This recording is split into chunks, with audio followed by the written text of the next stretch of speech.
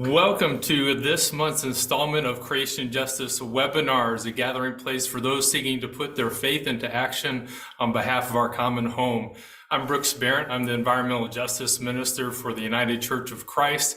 I am joined by my esteemed co-host, the Reverend Michael Malcom, the Executive Director for Alabama Interfaith Power and Light and the People's Justice Council.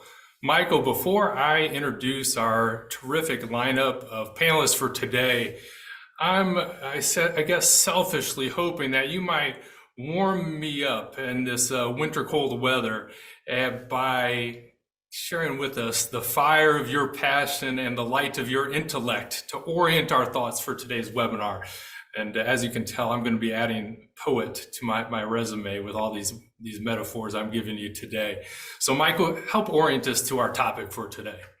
Well, Brooks, I am honestly not going to help with censoring your metaphors. I'm going to add on to it and say if you were standing next to me, you'd probably be burning up because I am hot today. And it's the reason that I'm hot is not out of a hot, like I'm on fire and burning things up, but it's hot that I'm actually on fire and angry, righteous indignation. Because even after the midterm elections, even after we put in the hard work of ensuring democracy, we're still faced with yet another bill, or this same bill from Manchin and Schumer and Pelosi that's still having us fighting, still causing us to be threatened with undue process, if you will, or an unjust process when it comes down to fighting for environmental justice, and still causing the pipelines that we've been fighting so hard to stop, to start and continue. Still, we're having to face more pollution and the threat thereof with them limiting the permitting reform or permitting time span, and us being able to take our arguments up to the court system. So even while we have done our due diligence with the midterms, and even while we have seen some gains even leading up to the midterm, we're still in a fight. And I don't know necessarily what do we do now that the midterms are over, now that things have somewhat simmered down, although it's not simmered down for me on my end. Like I said, I'm burning up and I'm hot, y'all. But what do we do? I can't honestly say, Brooks, what we can do. I really can't honestly say that, Miss Katie, what we can do. But I do know that whatever we do, we've got to do it collectively. Now, you all will, for us, give us various methods and ways to get involved.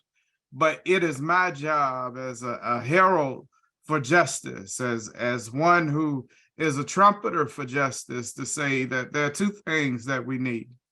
We need action and we need collective action.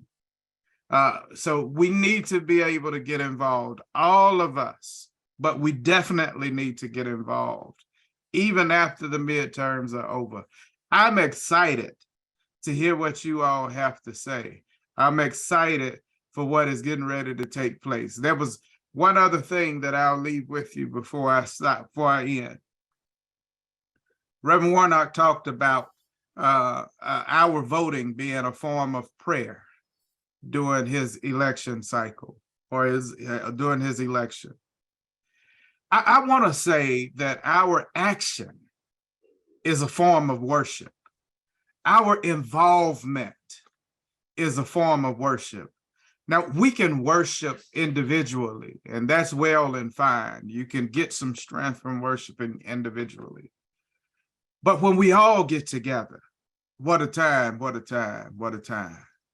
So when we all are collectively acting, we can really make some things move. Thank you for my time, and I look forward to hearing what you all have to say. Thank you, Michael. You've got me warmed up, and that's just what we needed to get started. Let me now introduce our three panelists for today. Our first speaker will be Katie Adams, who is the United Church of Christ policy advocate for domestic issues. Katie is the right person for this job, without a doubt. When Katie began working for the UCC in 2018, she brought with her her experience as a professional staffer in the U.S. Senate. She also brought with her her experience in values-based advocacy. She had worked for the One campaign, which is dedicated to fighting extreme poverty and preventable diseases. We're grateful to have Katie with us today. Our second speaker will be Hazel Wong, who serves as the Director of Global Conservation Campaigns for the Nature Conservancy, where she has worked for 20 years to advance their legislative priorities. In her current role, the Nature Conservancy has generated over $60 billion in public funding through ballot measures at the state and local levels for natural resources protection. Her team has an 88% winning rate at the ballot box. She additionally serves as an annual guest lecturer at Yale University on conservation financing.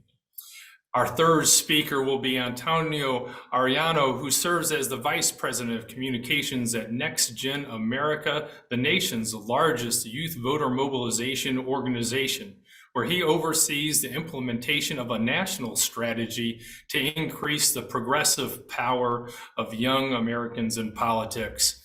He has contributed to the empowerment and mobilization of youth-led movements at the state and national levels. We are excited to have each of you here with us today. Katie, if you could get us started, that'd be terrific. Thanks so much for that exciting welcome, Brooks. And it's great to have the opportunity to come and speak with everyone about what 2023 looks like and kind of a legislative outlook for climate. And so we do have, after the midterms, an interesting and new configuration of Congress, which is something that will be important for us to keep in mind. So the next Congress will be a new challenge because the House and the Senate are now controlled by different parties with very, very different agendas. And so when it comes to legislation that addresses climate and the environment, they have different policy priorities. For instance, it's very likely that the House Select Committee on the Climate Crisis might be disbanded, as it was last time there was a House leadership switch. While that hasn't been publicly addressed, the committee could also be used as a platform to challenge the Biden administration's climate and energy policies, as opposed to talking about the climate crisis. Lawmakers have also vowed to investigate climate-related initiatives by the Securities and Exchange Commission. So I think we're going to see some very different things come out of the House than we've seen in the past couple of years. So I think at the end of this program, I'll talk about the importance of contacting your legislators because it'll be a new Congress. And so so I'll talk about that in a bit. But it will be very important to keep those relationships strong. There's also likely going to be a package released by House Republican leadership early in 2023 that focuses primarily on domestic fossil fuel production and critical mineral mining. The bill would also bypass environmental review processes that are currently required by the National Environmental Policy Act. The measure is certainly going to be opposed by environmental groups. So there are some exciting opportunities coming up, and I'm going to talk to you quite a bit about the Farm Bill because it is probably one of the biggest pieces of legislation in the next Congress that will address climate issues. And I know when I talk about the Farm Bill, a lot of people's eyes glaze over because it's just a huge bill and it encompasses so many different things. But there are a lot of exciting opportunities to address the environment, and those opportunities include addressing methane emissions and taking action on the climate through food waste and agriculture system reform, and support for USDA conservation programs. So we're really hopeful in the space of regenerative and organic farming that there is currently bipartisan support for talking about regenerative farming, and that's because a lot of our champions see it as an opportunity for making sure that we're supporting farming that is better for the environment, but it is also economically better and offers up more opportunities to farmers. So there is definitely some bipartisan support for regenerative farming and putting organic farming and ranching within reach for many with organic transition programs, so that because it is much more expensive. So that's also a potential in the Farm Bill. So basically kind of climate smart practices that reduce greenhouse gas emissions, but also contribute to the resiliency of farmers. And then there's also going to be opportunities to prevent food waste by strengthening food donation systems, ramping up efforts like composting and supporting agency coordination, and managing supply chains to reduce and recycle food. So cutting emissions while also helping those who are food insecure is another really interesting potential for the Farm Bill. And then on a different level is the National Climate Adaptation and Resilience Strategy Act, which is a bipartisan bill to streamline the federal response to climate hazards that threaten human health and well-being, critical infrastructure and natural systems.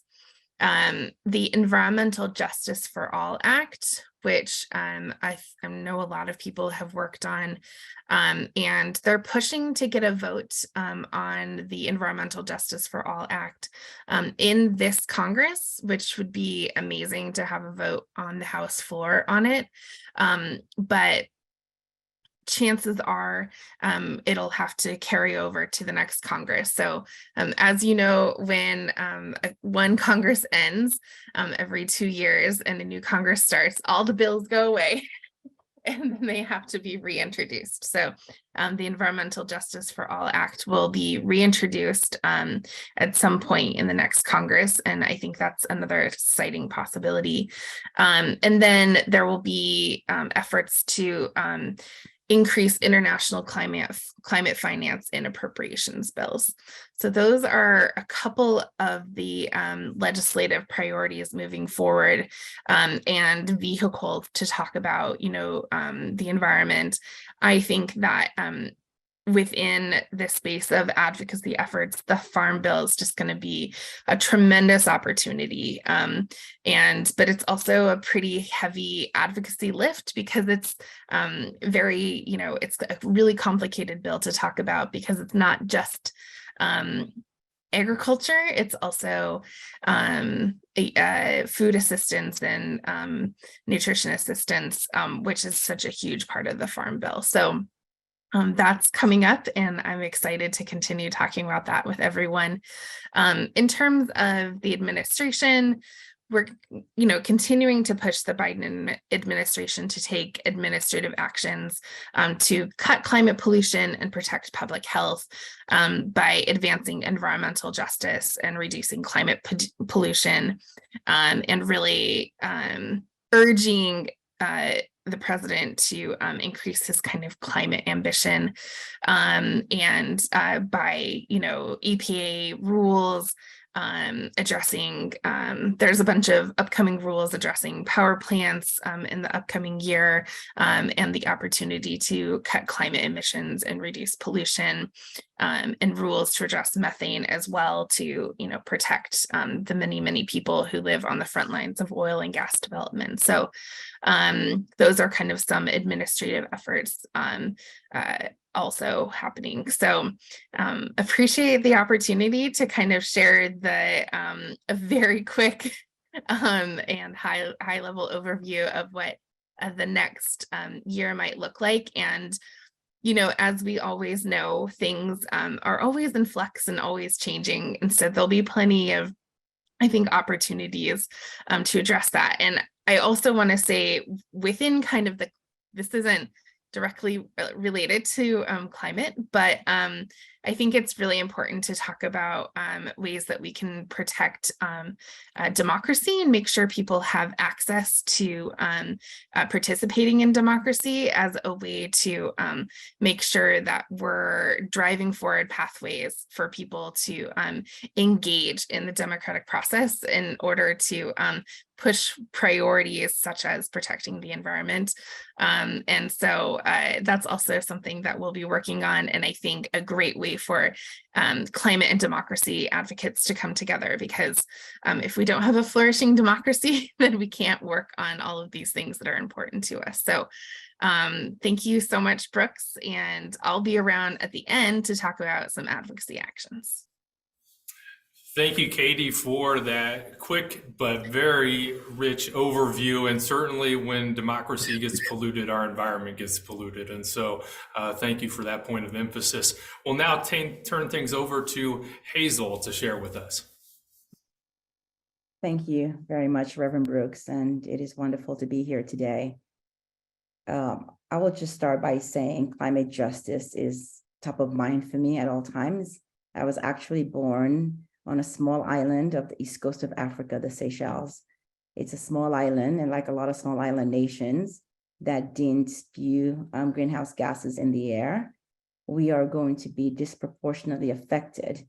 And so what happens in the United States, in China and India and industrialized nation matters greatly to the livelihoods and to what happens to the countries that I still have a lot of relatives there. And so just kind of chunk it up a little bit to say that, we live in one world, and how we all show up in advocating for the planet is tremendously important. But the other part of my life that I have been doing 20 years now at the Nature Conservancy, working on public funding at the state level to generate funding to protect nature. And we are living in a world right now that requires us to mitigate and adapt to a changing climate. We see it all around us, right? Sometimes I say, we've been saying this for decades now. In the past 5-6 years, climate change has slapped us upside our heads, right? If you think about it that way. And so how we grow our food, so Katie just alluded to, impact of catastrophic fire, habitat destruction, the safety and health of communities because of storm surge, floods, hurricanes, and increasingly heat. And these impacts are especially hard and catastrophic on people that are economically challenged. And these are the same factors that we must consider when it comes to policy and funding for the protection of our natural resources. We have to put safety and quality of life for people in the equation. And let's be honest, over the history of the environment and conservation in America, conservation groups have not had people focus. We do now more so than ever, but I would say that we're lagging behind. So how do we protect and adapt to a mitigating world? It's very costly.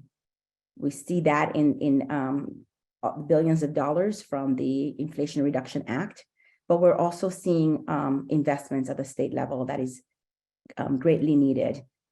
One way for us to generate money at the for conservation is by going to the ballot and asking voters to vote directly on measures. In fact, since 1987, the Nature Conservancy, TPL and other partners have been doing that, right? Because it does generate quite a bit of money. We're going to go back to Policy 101 right now. Two ways for us to generate money at the state level. You're either going to reallocate within the existing state budget, or we're going to have to figure out a new tax, property sales, lottery proceeds in order to fund the much needed conservation work. Let me give you an example of how of the success at the ballot measures, how we do it, I should say. In 2008, citizens of Minnesota voted to tax themselves 3/8 of 1 cent. That's basically equals about $5 a month when we did the economic impact assessment. And it generates $300 million a year for conservation as well as the arts, but the bulk of it going to conservation. And this is money that nonprofits, local communities, as well as state agencies can access to do great protection, conservation, and to actually provide spaces for parks and leisure for communities as well. But I think what a lot of people do not know is that when we go to the ballot, communities of color overwhelmingly vote yes and tax themselves to protect nature. When you look at the conservation community, it is very homogeneous, who works in it, who donates, who are members.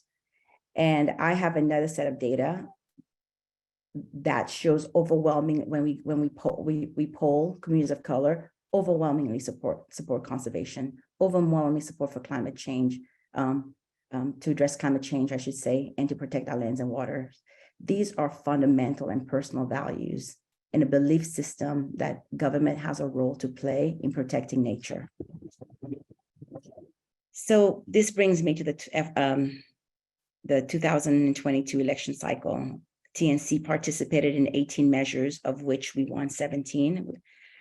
The parks measure lost in Los Angeles, and all of it created about $7 billion for conservation. We are definitely seeing measures on the ballot that address climate impact. The example is in Boulder, Colorado. Boulder, Colorado passed $200 million to address wildfire.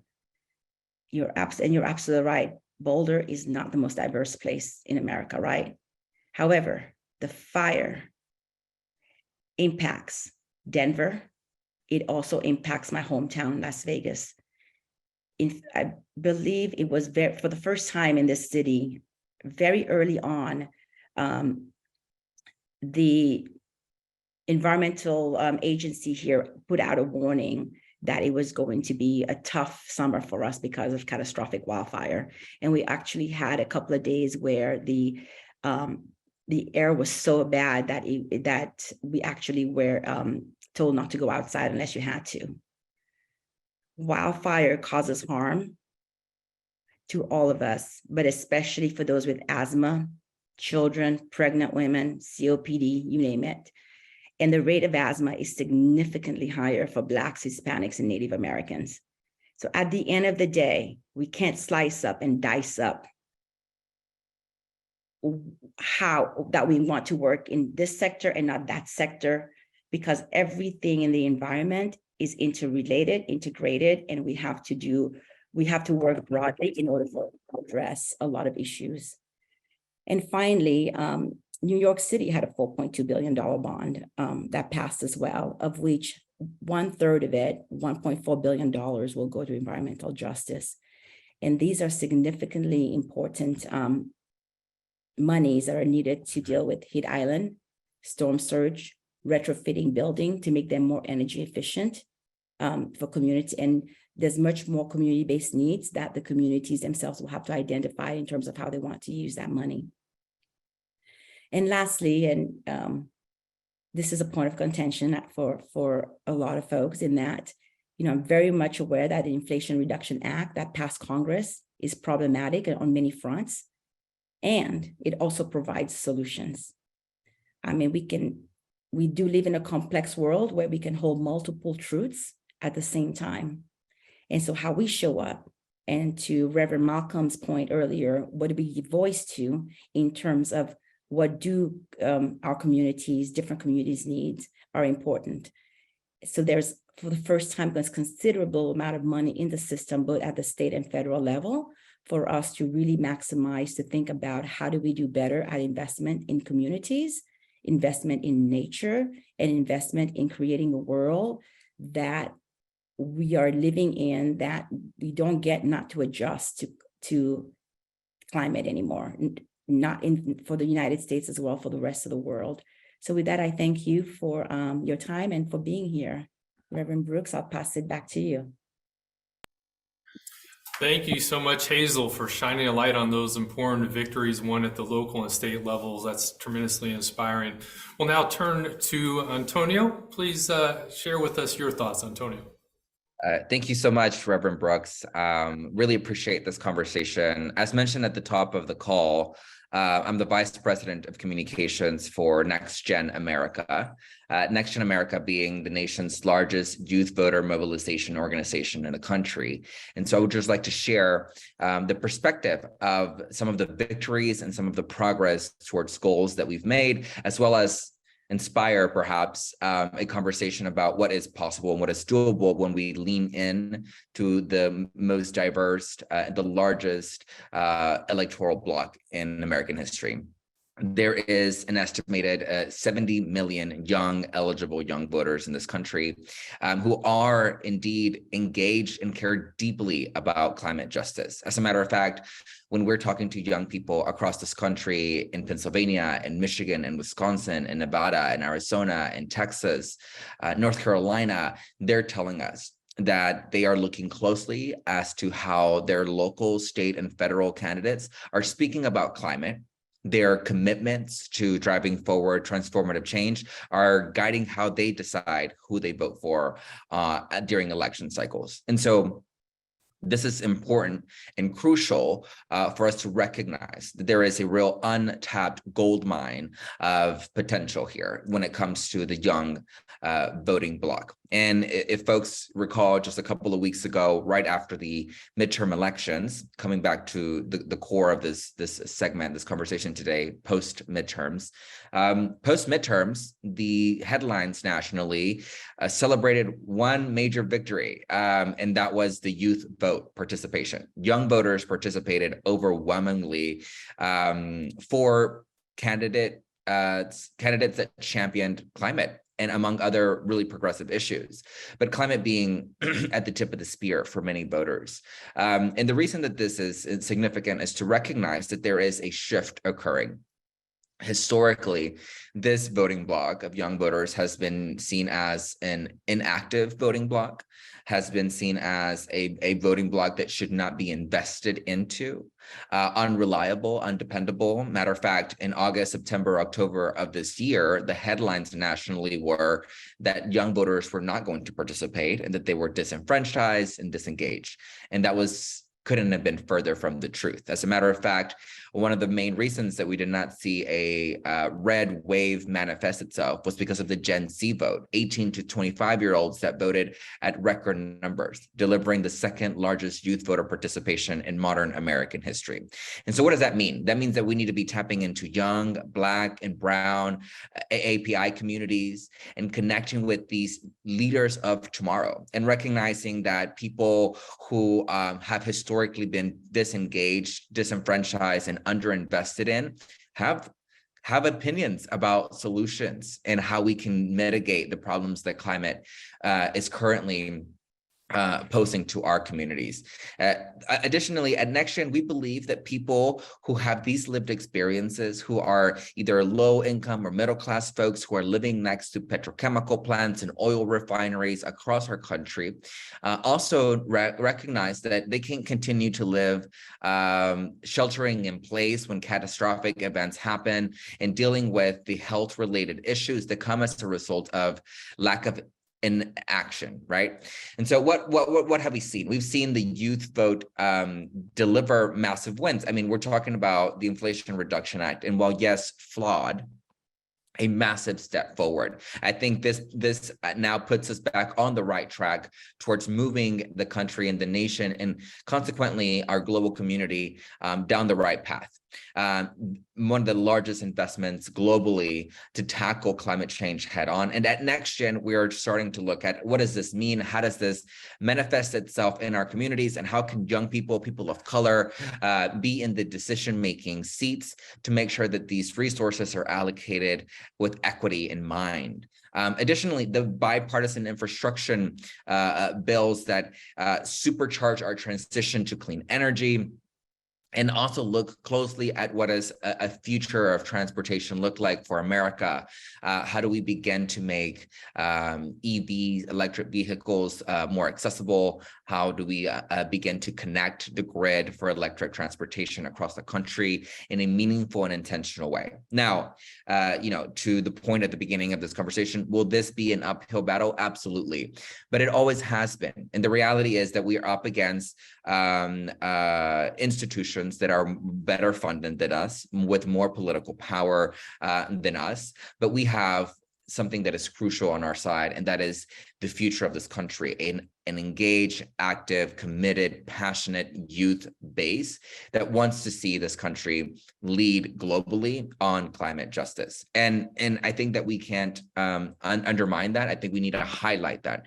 And instead of falling into a depressive mindset, we need to look at aspirational and motivational leadership across this country that is driving forward change against all odds. And I also want us to make sure that we need to recognize that we're dealing with one of the most politically polarizing topics in our country, and this is strategic. It's strategic, and it's been made to be this because there's so much money in fossil fuels and oil that recognize that a young voting bloc, a new mindset that prioritizes renewable transitions, economic environment propositions, ends up hurting their bottom line. And for us, it's imperative at NextGen that we don't lead just with by beating people over the head with facts and data. That hasn't worked for the past 50 years. People have been aware about the impending catastrophe that climate justice poses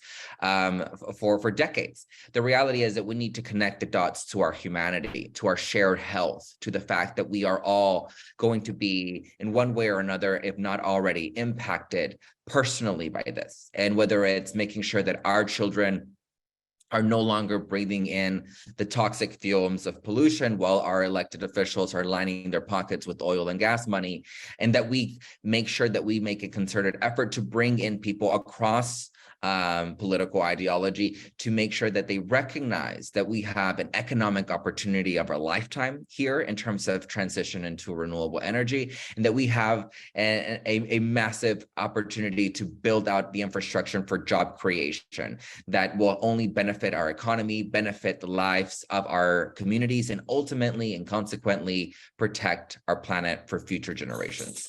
At NextGen, we're fully committed to continuing to advance these type of initiatives that are inspiring, motivational, but also delivering real, tangible victories. And we remain committed to making sure that young people across this country see themselves as the drivers and in the driver's seat of this conversation as we continue to bring equity, inclusion, diversity to the conversation of climate justice, and recognize that for far too long it hasn't been the coalition that we need to build in order to accomplish our goals.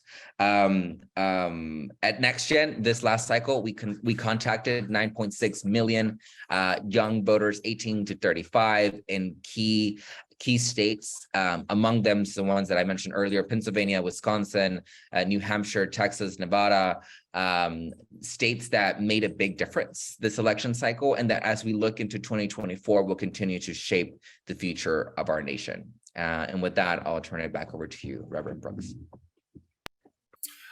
Thank you, Antonio. Your connecting of the dots certainly connected with me, and I just think it's so important what you are focusing our attention. Certainly central to driving social change is generational change and shifts and the energy and work that's being done. So thank you for that. Michael, is there an opening question that you'd like to get us started off with our panelists? Yeah, thank you, Brooks. Katie, you started off and you listed out a bunch of legislative acts and bills, the proposed bills that are now either up for vote or being considered. One being the environmental justice for all. And while we're doing that, let us take a pause and honor and respect Representative McEachin. We are grateful for his life and the fight that he fought to get this bill passed. What do we really have out there now that we have a sense that there's a possibility that it's going to pass? It just needs a little bit more pushing, or we need to stop it, and we do need folks to mobilize to push. Well, in the current Congress, we're looking at end of the year legislation, and I think certainly it would be great if people contacted their members of Congress and said, please, vote for the Environmental Justice for All Act. And that would be, really important to get a House vote on as just kind of a measure of support for this legislation.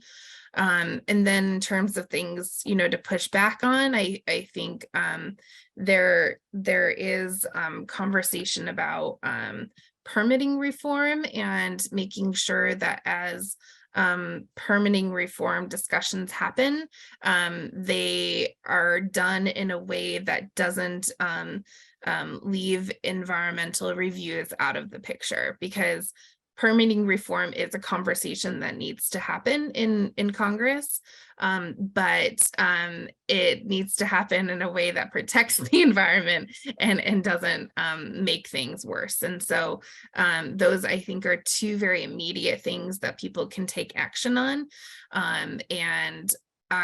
So right now Congress has, just a very little bit of time left. There is a continuing resolution for government funding that will end on Friday. It's anticipated that there will be another short-term government funding bill, a continuing resolution through the 23rd. And then also there are still unclear discussions on what future government funding looks like for the next year, whether or not there'll be a large, what's called omnibus spending package, which is actual appropriations bills, or continuing resolution. Those are still in negotiations, but a lot of these bills that we're talking about, like permitting reform or the Environmental Justice for All Act, they get attached to those end of the year bills. And so as the negotiations are going on, those are kind of the things that we're talking about. So it's a pretty truncated amount of time. And so those are two of the actions that anyone who's watching now can take or share. And the UCC has an Environmental Justice for All Act action alert if you go to our action alert site, and then also you can reach out on permitting reform. Thank you, Katie, for that response. Hazel, I have a question for you. Let's say someone is living in different spots in the United States, and they're really inspired by these ballot initiatives that you mentioned. How do they connect with potential ballot initiatives in the area? Where is there a place that they can go to find out what might be on the horizon that they can get plugged into? Thank you for that question, Reverend Brooks. Yeah, this is a bit of a tricky one because sometimes the Minnesota example that I gave took 10 years, right? To come to fruition. It is something that folks are researching and trying to figure out, set the table with coalition partners to work on the needs assessment, the feasibility and what have you. And then they have to go through a referendum process. So usually if you're keeping tabs on with your local environmental groups to see what they're advocating for,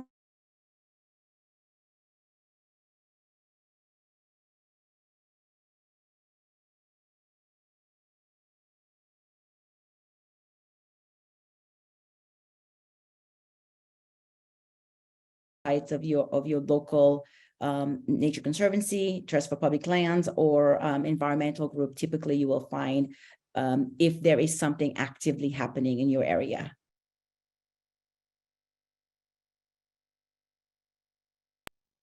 Thank you for that response. Michael, do you have a next question for us to consider? Yeah, I guess I'll ask Antonio, when it comes down to the youth, what initiatives right now are you all looking at doing after midterm? Yeah, that's a great question, Reverend. I think one of the things that we want to emphasize here is that often is the case that local and state governments have a lot of power to create more quick, faster deliverables on climate justice and climate change. So what we're doing right now is building out our 2023 legislative priority for the state level, right? So in a lot of these states, we're going to see pieces of legislation introduced that will either try to favor oil and gas and fossil fuels, or try to transition into electrifying bus fleets, electrifying transportation, creating opportunities for renewable energy. And so what we're doing is trying to look at the map of legislation across the country that will be introduced at the local level, where we can build grassroots infrastructure and leverage our army of over 28,000 volunteers across the country to take action to make sure that we're advancing a lot of those goals.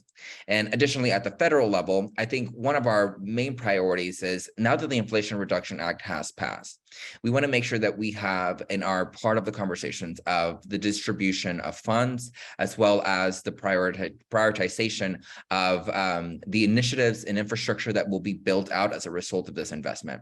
It's crucial for us to make sure that there is an equitable dissemination, and then also that we are advancing the priorities in terms of reducing emissions and building the infrastructure needed to create green jobs and secure long-lasting results that will continue to position America as a leader on climate change.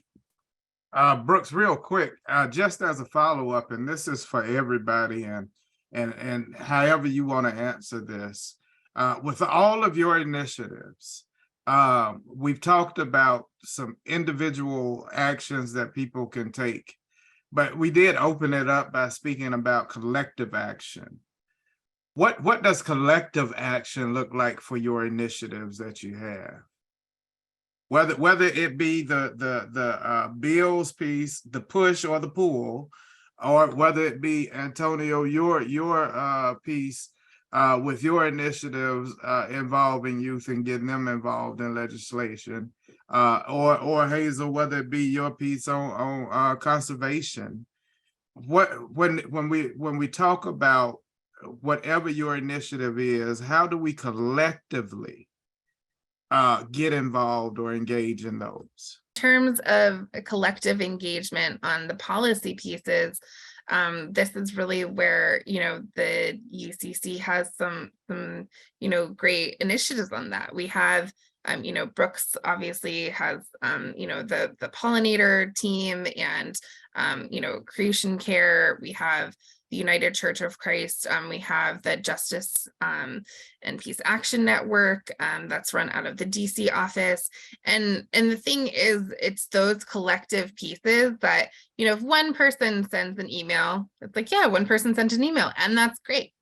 But if, 300 people or 3,000 people send an email, within, your community or to your member of Congress, those are the things that get noticed. And so I think that each individual's person's actions builds on itself. And so, as a denomination, the United Church of Christ is taking action on a variety of matters as a community together.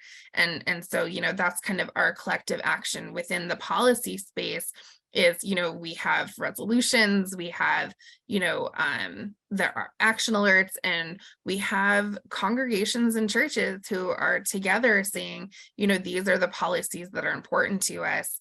And, so we're taking this collective action and we're showing our footprint, and then within, the space that I work in, the UCC participates in a lot of ecumenical and interfaith partnerships. So we're showing that people of faith from variety of theological backgrounds support making sure that we care for creation. And I think that is a tremendous show of collective support for these policies.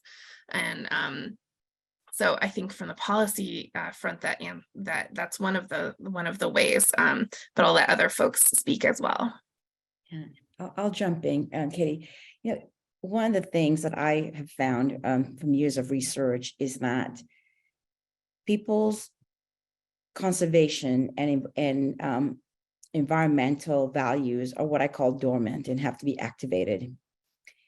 A lot of times when politicians are out there polling and they're asking, what do you care about? Open-ended question, because they need to understand their constituencies and what they care about. Many times, conservation, climate, the environment, second or third tier, right? What happens is, what we find is that when we isolate our issues and we ask you specifically about climate change, about protecting water, about the health benefits of protecting the environment, all of a sudden you do start seeing the numbers go up. And so in many ways, to your point, Katie, what we have to do as environmental organizations, people working in this space, is to actually work to activate. And it's a constant effort for us to be in that space to do the activation. The Nature Conservancy has 1 million members. We have an action center where we do send out alerts for people to contact the decision makers at the state and federal level. And they do, and we get, to Katie's point, thousands of mail, right, and responses. Or we also actually activate through phone banking, right, patching people directly to their decision makers.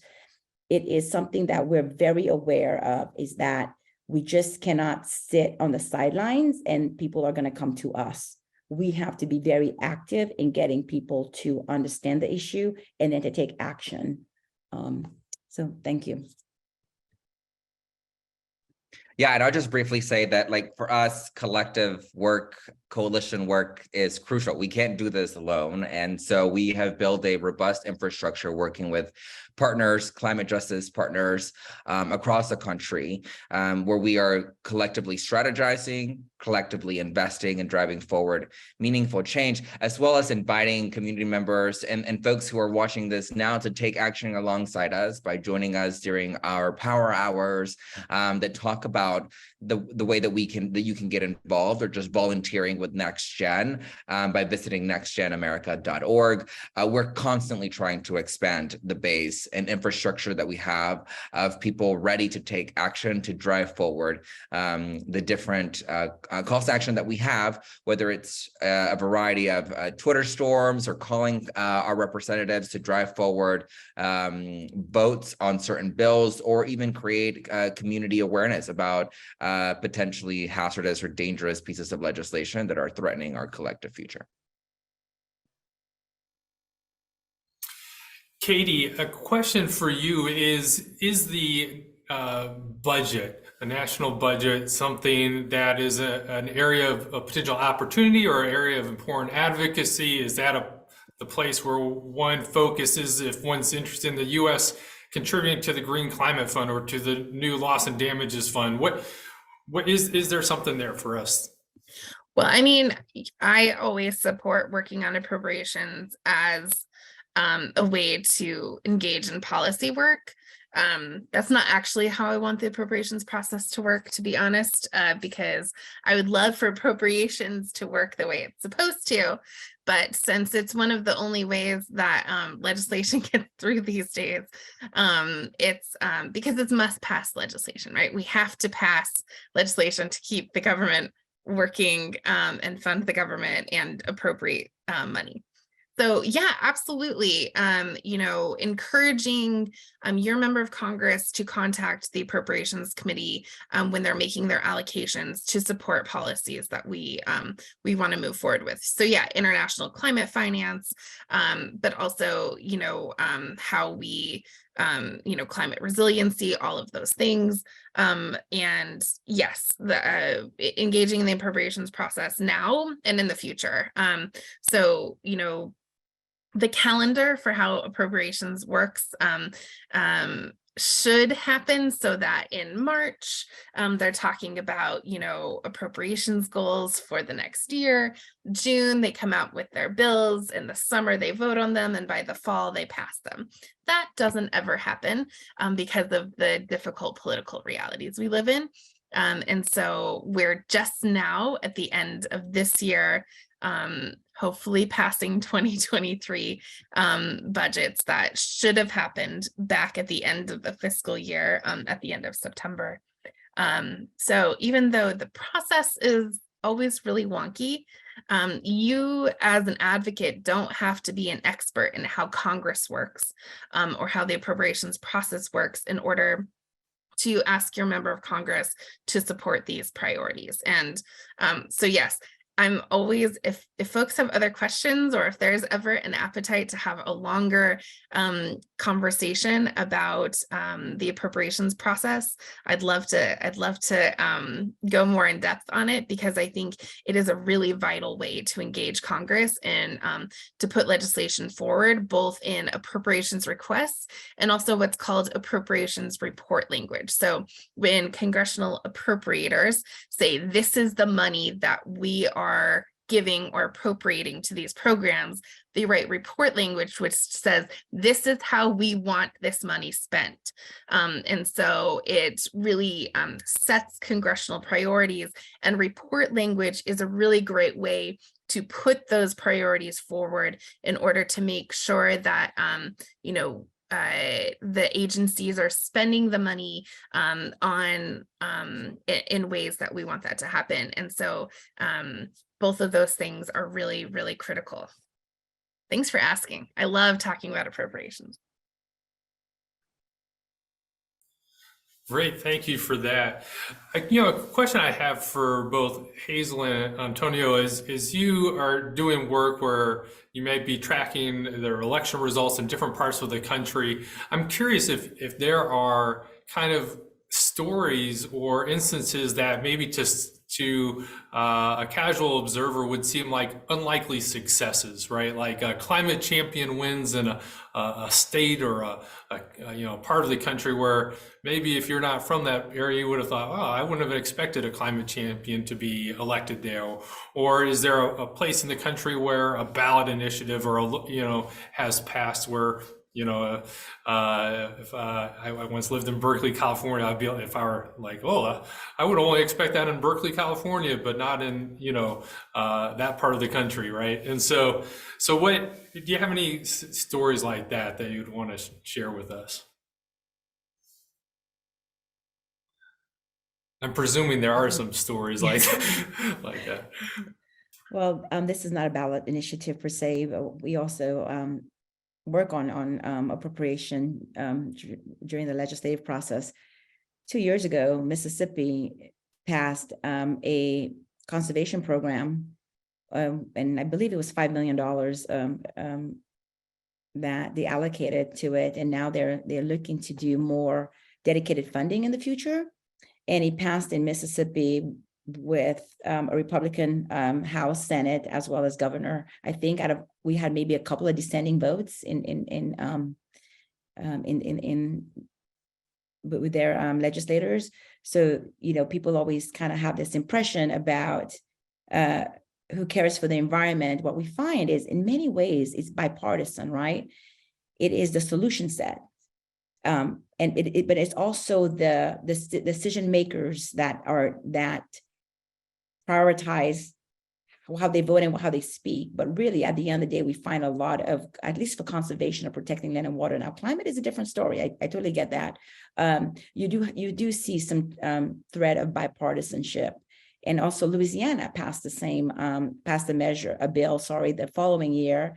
And Reverend Malcom, in your backyard, we have Alabama, Forever Wild in Alabama, right? That also passed, I believe was reauthorized in 2012, with 82% of Black Alabamians voting for it. So you see this diversity of an ideological diversity on conservation that I think all of us would like to migrate to climate as well, right? So work to do there.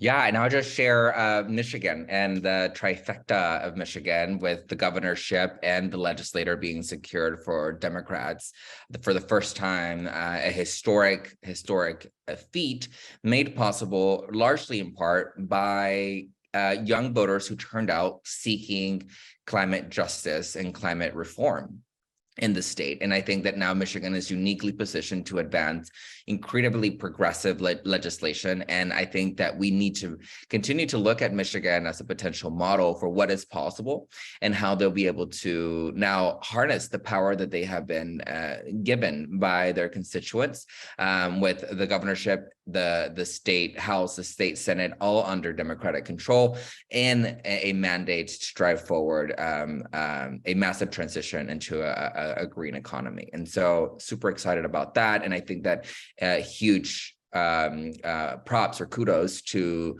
the voters in Michigan who made that change possible. Thank you, both of you, for those inspiring examples and stories. We're coming near the close of our hour together. Michael, do you have some closing thoughts or summations that you'd like to offer for us as we kind of move toward an end here? Yeah, Brooks, as I said before, as we've heard our panelists say as well, collective action, getting involved, action, period, whether you do it individually, whether you do it collectively. I was speaking with one of my dear Reverend friends, Reverend Juan Smith, and I made the mistake of saying we all need to do something, and she said, well, no, we can't. We all aren't skilled to move the same way. Some of us are skilled that we can go into our legislative offices and have conversations with our legislators or their staffers, and may be able to influence their hearts and move them in making votes for the betterment of all. Some of us aren't moved in that way or aren't skilled in that way, but we can write a remarkable letter that can move the hearts of people through their reading of it. And then there are some who may not have the skills verbally, may not have the skills to write letters, but they could write a big check. Because the reality is we need money in order to do this work, whether we like it or not. It's called nonprofit, but it shouldn't be no profit. We still got to eat. We still have to eat. And so we need your support in doing this work. We need your support in being able to get others who are skilled to go in these offices, We need your support in order to get those who are skilled to be able to write letters, the ability to be able to write letters. Each one of us are needed in this work in our capacity. All I'm asking you to do is let's collectively come together and do this work. Thank you. Thank you, Reverend Michael Malcom. Our gifts and talents are many. We are grateful for everybody that has joined with us today, and we are especially grateful for our panelists who each brought a tremendously rich wealth of wisdom to share with us as we discern how to best place our energies in the year to come in making a difference for the sake of climate justice. And so thank you to each one of our panelists for joining with us today.